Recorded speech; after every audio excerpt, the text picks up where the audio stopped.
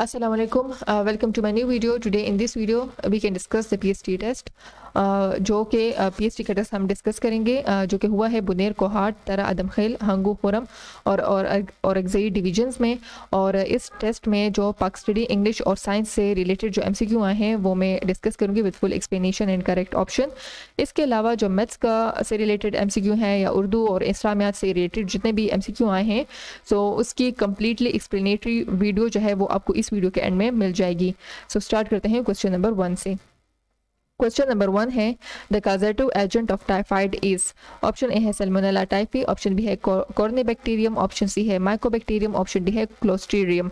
सो वो causative agent जो typhoid को कास्ट करता है, यानी टाइफाइड एक डिजीज़ है, वाटर बॉर्न डिजीज़ है, यानी ये एक ऐसी बीमारी है जो पानी ख़राब गंदे पानी की वजह से इंसान में कास्ट होती हैं। और ये कास्ट इसका काजेटिव एजेंट यानी इस डिजीज़ को कास्ट करने के लिए जो बैक्टीरिया है वो कौन सा बैक्टीरिया है। सो ऑप्शन ये सारे जो है बैक्टीरिया हैं, और ऑप्शन ए जो है इसमें से करेक्ट ऑप्शन है। सैल्मोनेला टाइफी जो है ये एक बैक्टीरिया है जो कास्ट करता है टाइफाइड किसी भी इंसान में, और ये बैक्टीरिया इंसान के अंदर जाता है पानी के जरिए। So salmonella typhi is a causative agent of typhoid. Option question number 2 है the tool developed for the study of moon soil sample is. Option A है अपोलो, ऑप्शन बी है land, state and Skylab, option C है cordless, option D है active pixel sensor. वो tool जो develop किया जाता है मून के सॉइल के सैंपल को स्टडी करने के लिए, या वो टूल जो अर्थ के सरफेस को या अर्थ के एटमॉस्फेयर को स्टडी करने के लिए डेवलप किया गया है, वो है लैंड, स्टेट और स्काईलैब। स्काईलैब ऐसा टूल है जिसके ज़रिए अर्थ के सरफेस यानी अर्थ के सरफेस पर जितने भी लैंड्स हैं या जितने भी ओशंस हैं उन सब को स्टडी करने के लिए इस टूल के ज़रिए जो है इसको स्टडी किया जाता है, या अर्थ के एटमॉस्फेयर को स्टडी किया जाता है। अर्थ के एटमॉस्फेयर में आता है सन, स्टार्स और मून। अर्थ के एटमॉस्फेयर में ये तीनों चीज़ें आती हैं, तो इस तीनों के बारे में स्टडी करने के लिए हमारे पास एक टूल डेवलप किया गया है, उसका नाम है लैंड, स्टेट और स्काईलैब। सो ऑप्शन बी जो है इसमें से करेक्ट ऑप्शन है। क्वेश्चन नंबर 3 है which one of the following is application of meiosis. Meiosis का एप्लीकेशन यानी मियोसिस जो है किस पर्पस के लिए यूज़ किया जाता है ह्यूमन बॉडी में। सो ऑप्शन ए है healing of wound, option B है ग्रोथ, ऑप्शन सी है production of germ cells, option D है रीजनरेशन। सो मियोसिस रिप्रोडक्शन के 2 टाइप्स हैं, एक है माइटोसिस जिसके ज़रिए भी सेल्स के नंबर में इंक्रीज़ आता है, और एक है मियोसिस। मियोसिस के ज़रिए भी सेल के नंबर में इंक्रीज़ आता है। माइटोसिस होता है सोमेटिक बॉडी में, यानी somatic cells of the body के सेल्स जो होते हैं उसमें माइटोसिस होता है, और मियोसिस होता है जर्म सेल्स में। जर्म सेल्स में मियोसिस का प्रोसेस होता है, इसमें भी सेल्स के नंबर में इंक्रीज आता है, और मियोसिस के प्रोसेस में भी सेल्स के नंबर में इंक्रीज आता है। सो माइटोसिस जो है ये प्रोसेस होता है बॉडी में अगर कोई ज़ख़म लग जाए, और उसकी हीलिंग के प्रोसेस में माइटोसिस जो है वो रोल प्ले करता है, उस जगह को कवर कर देता है, किसी इंसान की ग्रोथ में हेल्प करता है, उसकी सेल्स में इंक्रीज आता है। तो इस वजह से माइटोसिस जो है ग्रोथ में हेल्प करता है। प्रोडक्शन ऑफ जर्म सेल्स में ये रोल प्ले नहीं करता। जर्म सेल्स के प्रोडक्शन में मियोसिस जो है, मियोसिस के थ्रू जो है हमारे पास जर्म सेल्स की फॉर्मेशन होती है। फॉर एग्जाम्पल हमारे पास ओवा और स्पर्म की फॉर्मेशन जो है ये प्रोसेस के थ्रू होती है, that is process is known as meiosis. और रीजनरेशन यानी हमारे पास यानी लिजर्ड का टेल जो है वो कट ऑफ हो जाए और उसकी दोबारा रीजनरेशन हो, या स्टार फिश हो उसका एक पार्ट जो है वो कट ऑफ हो जाए किसी एक्सीडेंट की वजह से, और उसकी रीजनरेशन जो है वो माइटोसिस के थ्रू होती है। सो ऑप्शन सी जो है is the correct option. Meiosis का जो एप्लीकेशन है, मियोसिस को जो यूज़ किया जाता है, this is used in the production of germ cells. So option C जो है इस क्वेश्चन में करेक्ट ऑप्शन है। क्वेश्चन नंबर 4 है when hydrogen sulfide H2S and sulfur dioxide SO2 react, which of the following product will form the general equation is follow is under। हमारे पास H2S है, hydrogen sulphide plus SO2 sulphur dioxide, ये दोनों reaction करते हैं और किस चीज़ की formation करते हैं। सो हमारे पास ये 2 हाइड्रोजन और ऑक्सीजन ये कंबाइन होके हमारे पास बना देंगे वाटर, और इसके अलावा हमारे पास सल्फ़र आ जाएगा। सो इसका प्रोडक्ट है हाइड्रोजन, इसका हाइड्रोजन सल्फाइड और सल्फ़र डाइऑक्साइड का प्रोडक्ट है वाटर और सल्फ़र। सो ऑप्शन ए जो है इसमें से करेक्ट ऑप्शन है। क्वेश्चन नंबर 5 है a process whereby learners are actively engaged in the learning process rather than passively absorbing lecture is called.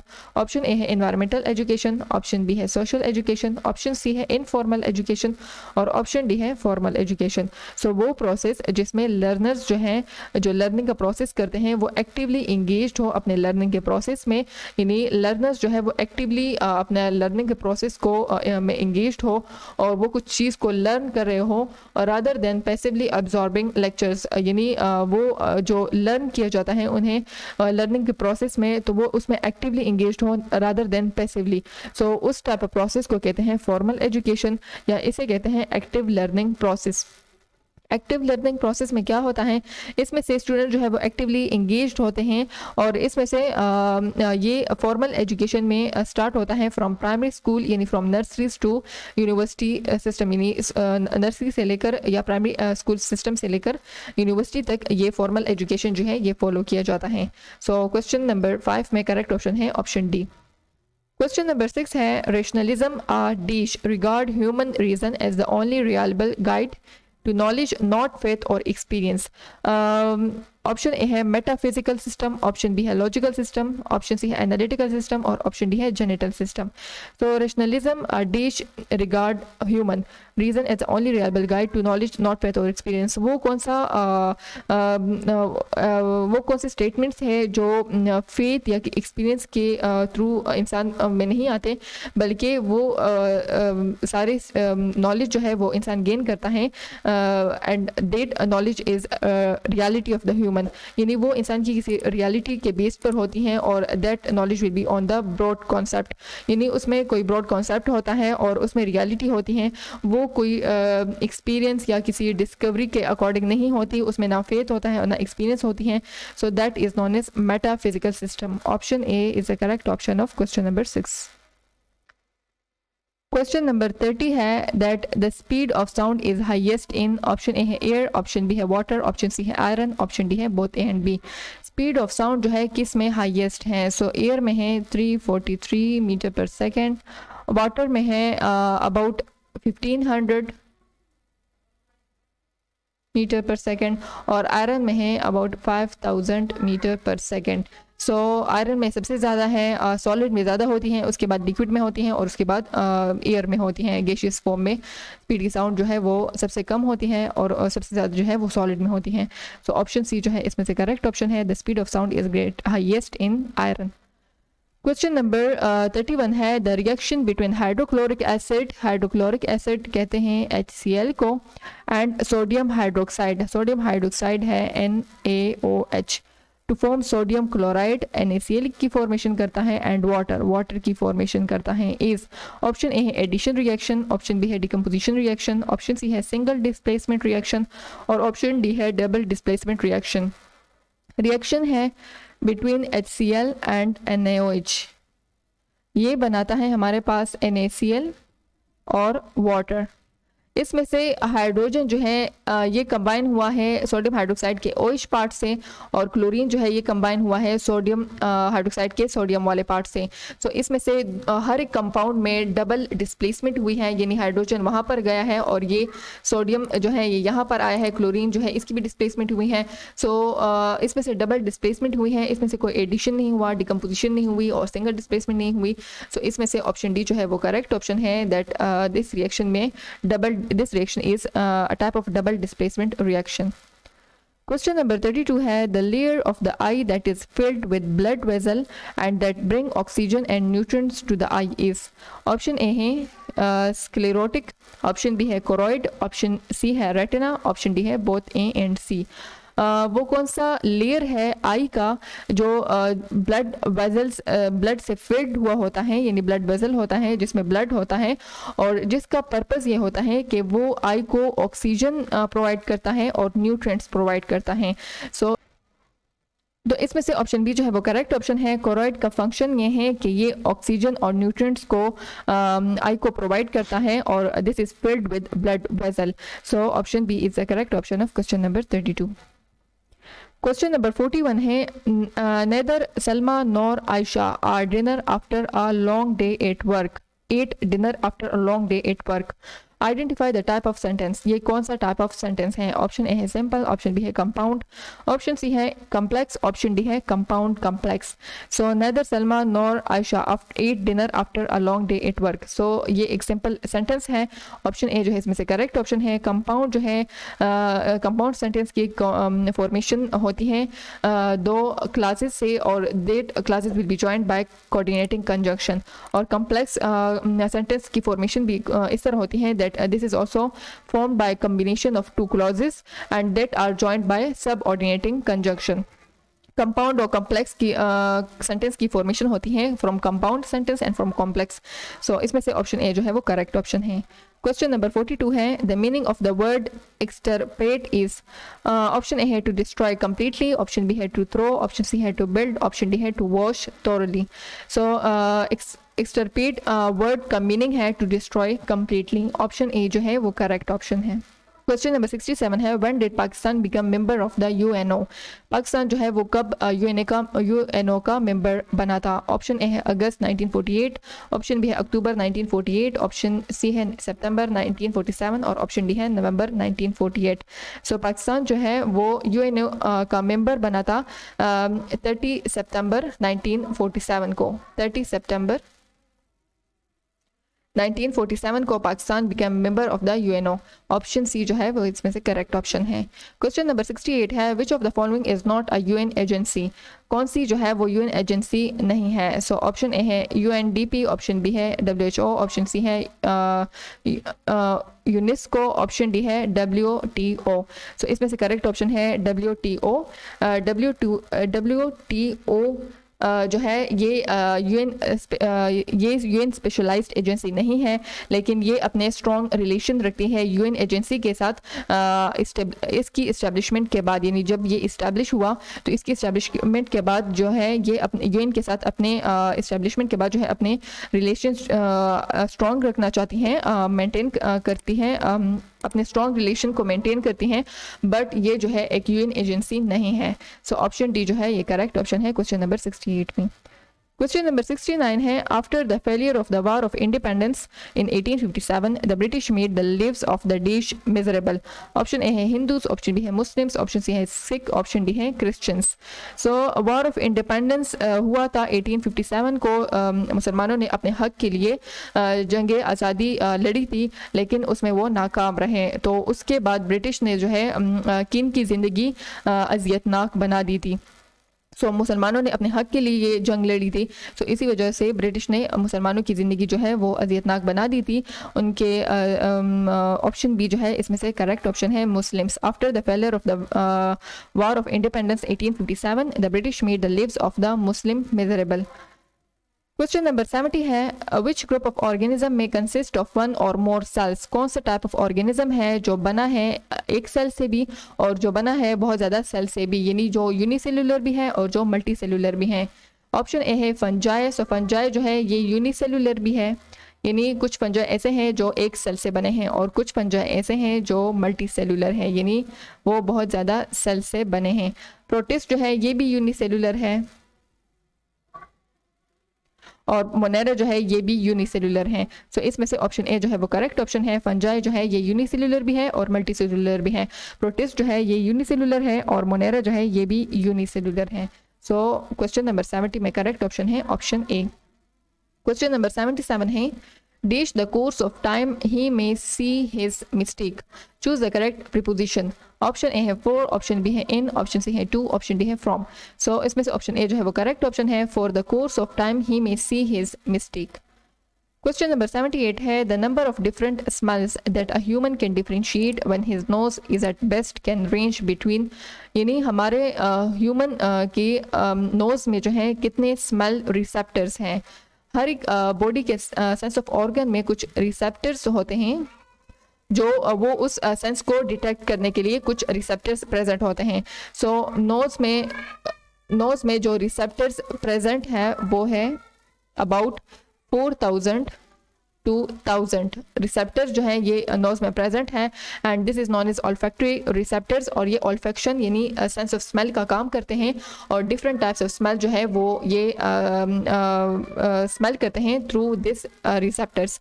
सो हमारे पास नोज में 4000 to 1000 जो है रिसेप्टर्स प्रेजेंट हैं।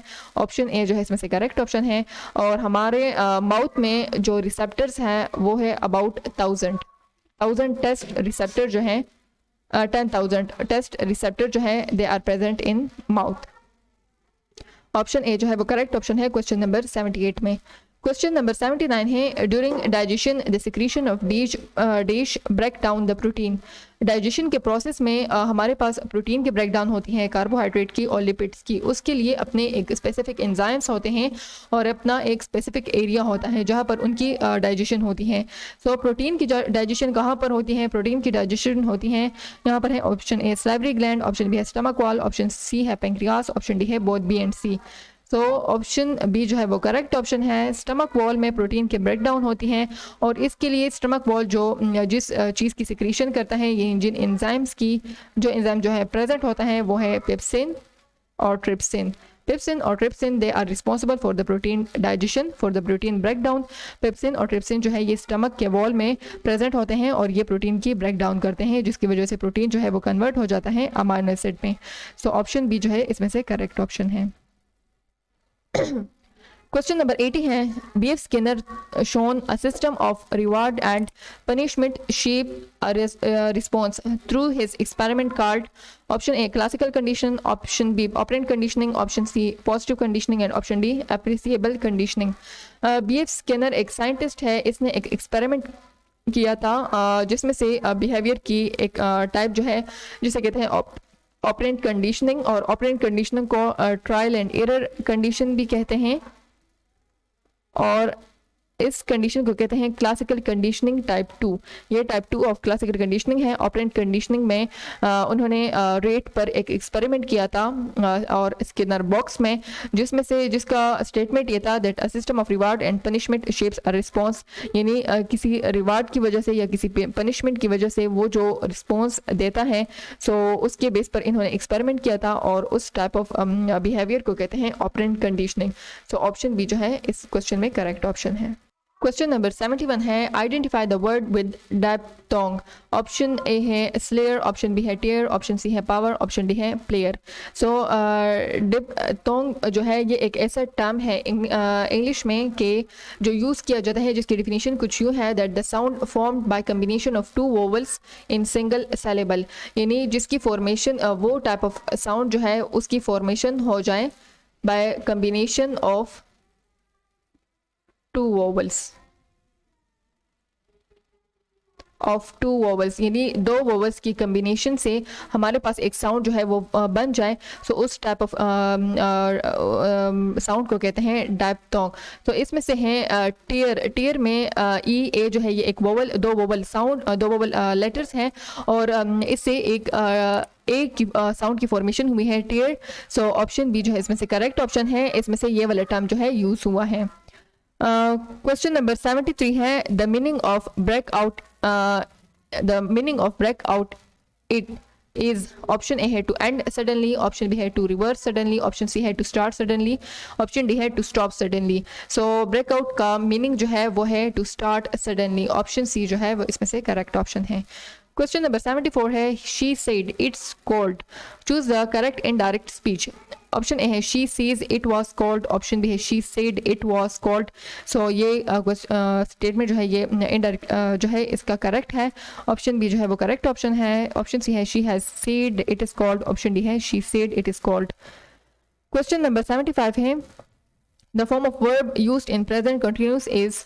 प्रेजेंट कंटिन्यूस में कौन सा फॉर्म ऑफ वर्ब यूज किया जाता है? ऑप्शन ए है फर्स्ट फॉर्म, ऑप्शन बी है थर्ड फॉर्म, ऑप्शन सी है आईएनजी फॉर्म और ऑप्शन डी है सेकंड फॉर्म। सो इसमें से करेक्ट फॉर्म है option C ING form.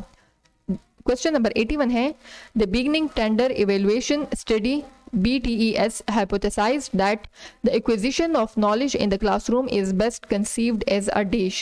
Option A है uni year process, option B है इंपॉर्टेंट प्रोसेस, ऑप्शन सी है बिहेवियर प्रोसेस, ऑप्शन डी है मल्टी ईयर प्रोसेस।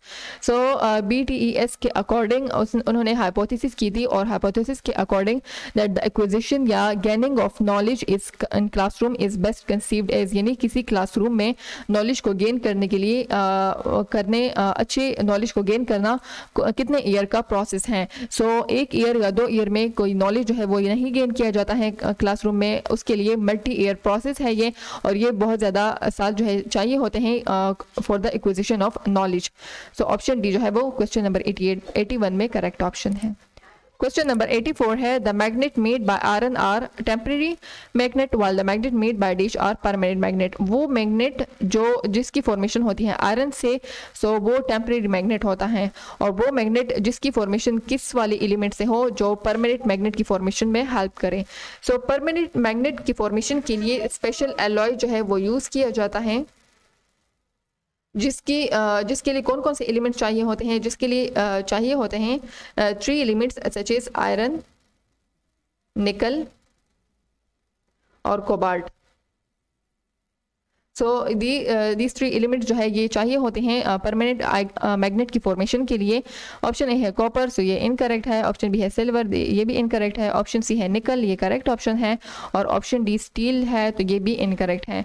सो option C जो है वो करेक्ट ऑप्शन है 84 में। क्वेश्चन नंबर 85 है change in the size of pupil to control the amount of light entering the eye is controlled by which part of brain. Option A है cerebrum, option B है pons, option C है midbrain, option D है hypothalamus. So brain का कौन सा part है जो आई के साइज ऑफ प्यूपल जो है उसको कंट्रोल करता है, उसके साइज को इंक्रीज या डिक्रीज करने में हेल्प करता है। सो जब या लाइट इंटर हो या लाइट इंटर ना हो तो उसके साइज उसके अकॉर्डिंग, लाइट एंटरिंग के अकॉर्डिंग जो है वो साइज में इंक्रीज या डिक्रीज लाता है। सो ये ब्रेन का कौन सा पार्ट जो है इसके लिए रिस्पॉन्सिबल है। ब्रेन का कम्प्लीटली फ्लो चार्ट जो है वो मैंने उसका कम्प्लीटली फ्लो चार्ट जो है वो मैंने बनाया हुआ है। आप ऑटिस्ट प्रिपरेशन में easy way of learning biology का एक कुछ वीडियोस हैं, उसमें से बहुत ज़्यादा टॉपिक्स के फ्लो चार्ट हैं, वहाँ से आपको इस टाइप के क्वेश्चन जो है इसको सॉल्व करने में आसानी होगी।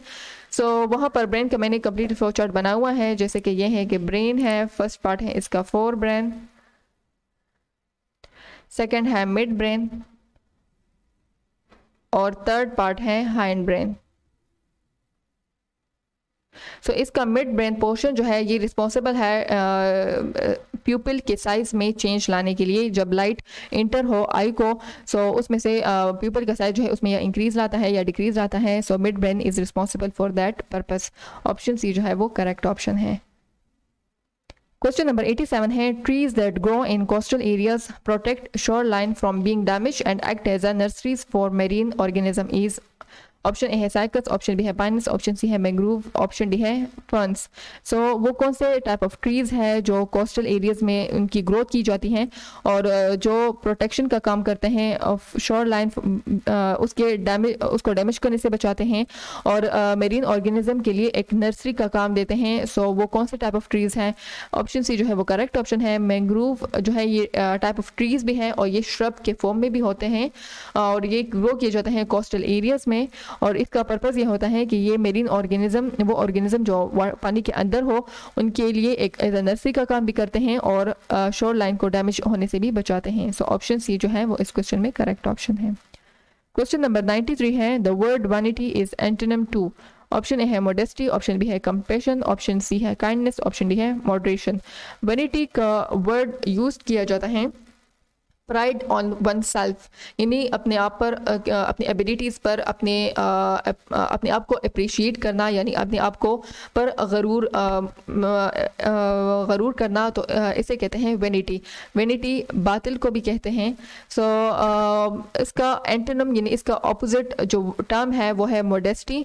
मोडेस्टी का मीनिंग है नॉट बीइंग प्राउड और कॉन्फिडेंट अबाउट यूर सेल्फ, यानी अपने आप के बारे में तकब्बुर करना, इसे कहते हैं वेनिटी। और जब तकब्बुर नहीं करते, कोई गरूर नहीं करते, तो उसे कहते हैं मोडेस्टी। सो ये इसका ऑपोजिट मीनिंग है। सो ऑप्शन ए जो है वो करेक्ट ऑप्शन है। क्वेश्चन नंबर 94 है it was dash when we went into the room, choose the correct option. Option A है स्ट्रेंज क्वाइट, ऑप्शन बी है स्ट्रेंजली क्वाइट, ऑप्शन सी है strange quietly, option D है strangely quietly. So इसमें से correct option है option A, it was strange quiet when we went into the room. Question number 95 है she asked my advice dish subject should study at university, choose the correct option. Option A है on to what, option B है as to what, option C है on that, option D है to what. So इसमें से option A जो है वो correct option है, she asked my advice on to what subject should study at university. Option A is the correct option of question number 95। Question number 96 है does my mother make delicious cookies, choose the correct punctuation mark to complete the sentence. इसमें से कौन सा punctuation mark जो है वो use किया जाता है। सो इसमें से है कि does my mother make delicious cookies, इसमें से कोई क्वेश्चन टाइप है, डज यूज़ हुआ है स्टार्ट में। सो इसमें से जो पंक्चुएशन मार्क यूज़ होगा वो है क्वेश्चन मार्क। तो इसमें से ऑप्शन बी जो है वो करेक्ट ऑप्शन है। क्वेश्चन नंबर 88 है British realist are the empiricist like Thomas Hobbes felt that. Option A है man is a wolf to another, option B है ideas come from man perception not from authority, option C है every man should be held a knave, option D है all of the above. So British realist ने एक empiricist था, उसके according जो है man is a wolf to another, ये सारी तीनों आइडियाज़ जो है ये इन्होंने दी थी। सो इसमें से ऑप्शन डी जो है वो करेक्ट ऑप्शन है। क्वेश्चन नंबर 92 है he is a person of very considerable renowned, the underlined part of a sentence is, option A है adjective phrase, ऑप्शन बी है relative clause, ऑप्शन सी है main clause, option D है gerund phrase। he is a person of very considerable renown।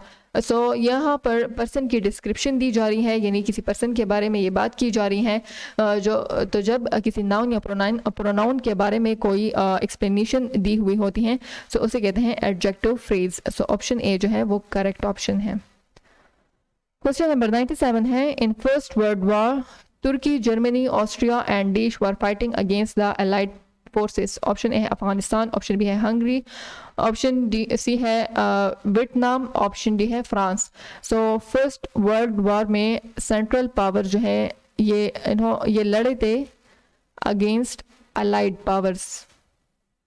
अब central powers में कौन से countries थे और अलाइड पावर्स में कौन सी कंट्रीज थे। सो सेंट्रल पावर में जो कंट्रीज इंक्लूडेड थे वो थे जर्मनी, ऑस्ट्रिया, हंगरी, बल्गेरिया और ऑटोमन एम्पायर। ये सेंट्रल पावर्स थे, इन्होंने जंग किया था अगेंस्ट द अलाइड पावर्स और अलाइड पावर्स में इंक्लूडेड है France, Russia, Italy, Romania, Canada, Japan और यूनाइटेड स्टेट। सो ये कंट्रीज जो है अलाइड पावर में इंक्लूडेड हैं। सो फर्स्ट वर्ल्ड वॉर में तुर्की, जर्मनी, ऑस्ट्रिया, बल्गेरिया, हंगरी और ऑटोमन एम्पायर, इसमें से ऑप्शन बी जो है वो करेक्ट ऑप्शन है। ये सारी कंट्रीज जो है ये सेंट्रल पावर्स थे, इन्होंने जंग लड़ी थी अगेंस्ट द अलाइड पावर्स और अलाइड पावर्स में इंक्लूडेड है France, Russia, Afghanistan, Vietnam, France, ये सारी कंट्रीज जो है ये अलाइड पावर्स हैं, इनके अगेंस्ट इन्होंने जंग की थी। सो ऑप्शन बी जो है वो करेक्ट ऑप्शन है। क्वेश्चन नंबर 98 है OIC is the largest organization of countries within the Islamic world with its dash states at the present। Option A है 52, ऑप्शन बी है 54, ऑप्शन सी है 62 और ऑप्शन डी है 57। सो OIC जो है ये सेकंड लार्जेस्ट ऑर्गेनाइजेशन है और ये लड़ी गई थी आफ्टर यूएन। ये जो है आफ्टर यूएन के बाद जो है ये एक सेकंड लार्जेस्ट ऑर्गेनाइजेशन है with membership of 57 states covering 4 continents.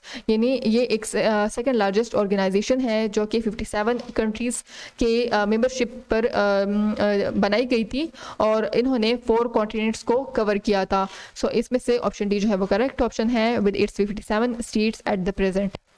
Question number 99 है the first political party that was formed in the history of the Indo पाक वॉर्स। कौन सी पहली पॉलिटिकल पार्टी थी जो बनाई गई थी इंडो पाक की हिस्ट्री में।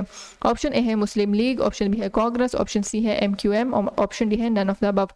मुस्लिम लीग की फॉर्मेशन हुई थी 1906 को, कांग्रेस की फॉर्मेशन हुई थी दिसंबर 28 1885 को और MQM मुत्तहिदा कौमी मूवमेंट ये जो है बनाई गई थी मार्च 18 1984 को। सबसे पहले जो पार्टी बनाई गई थी इंडो पाक की हिस्ट्री में, वो बनाई गई थी कांग्रेस की ऑन दिसंबर 28, 1885। उसके बाद जो पार्टी बनाई गई थी वो थी मुस्लिम लीग की पार्टी 1906 को, और उसके बाद जो है 1984 को MQM मुत्तहिदा कौमी मूवमेंट, ये पार्टी बनाई गई थी 1984 को। सबसे पहले जो पार्टी बनाई गई थी इंडो पाक की हिस्ट्री में वो थी कांग्रेस पार्टी। ऑप्शन बी जो है वो करेक्ट ऑप्शन है। क्वेश्चन नंबर 100 है, a vacuum flask is a type of flask that aims to stop. Option A है कंडक्शन, ऑप्शन बी है कन्वेक्शन, ऑप्शन सी है रेडिएशन, और ऑप्शन डी है all of the above. Vacuum flask जो है एक ऐसा टाइप ऑफ फ्लास्क है जो स्टॉप करता है कंडक्शन को भी, कन्वेक्शन को भी और रेडिएशन को भी। वैक्यूम फ्लास्क जो है ये एक इसमें से कुछ ऐसे पार्ट्स होते हैं जो इन 3 टाइप्स को हीट को स्टॉप करते हैं। एक होता है सील्ड स्टॉपर, जो कि इसका पर्पस होता है that to stop convection process, ये कन्वेक्शन को स्टॉप करता है। दूसरा ये वैक्यूम होता है, इस वजह से ये कंडक्शन का प्रोसेस जो है वो ये स्टॉप करता है। और तीसरा जो है इसमें से एक मेटल लाइनिंग हुई होती है between the outer and inner chamber, between outer और इनर चैम्बर के बिटवीन एक मेटल होता है जो कि रेडिएशन का प्रोसेस स्टॉप करता है। ये तीनों प्रोसेस को स्टॉप करने के लिए एक स्पेसिफिक पार्ट्स बनाए गए हैं वैक्यूम फ्लास्क में। ये कंडक्शन को भी स्टॉप करता है, कन्वेक्शन को भी और रेडिएशन को भी। ऑप्शन डी जो है is the correct option of this question. हमने आज की वीडियो में डिस्कस किया है PhD का टेस्ट, जो आज बहुत ज़्यादा बनू, कोहाट और इंडिविजन्स में हुआ है। इस वीडियो में हमने पाक स्टडी, इंग्लिश और साइंस से रिलेटेड जो क्वेश्चंस आए थे वो हमने डिस्कस कर लिए हैं with full explanation and correct option. इसके बाद जो मैथ्स और उर्दू इस्लामियात से रिलेटेड जो क्वेश्चंस हैं जो रह गए हैं, वो उनकी वीडियो जो है आपको इस वीडियो के एंड में मिल जाएगी। This is the end of my video. Thanks for watching. See you in the next video. अल्लाह हाफिज़।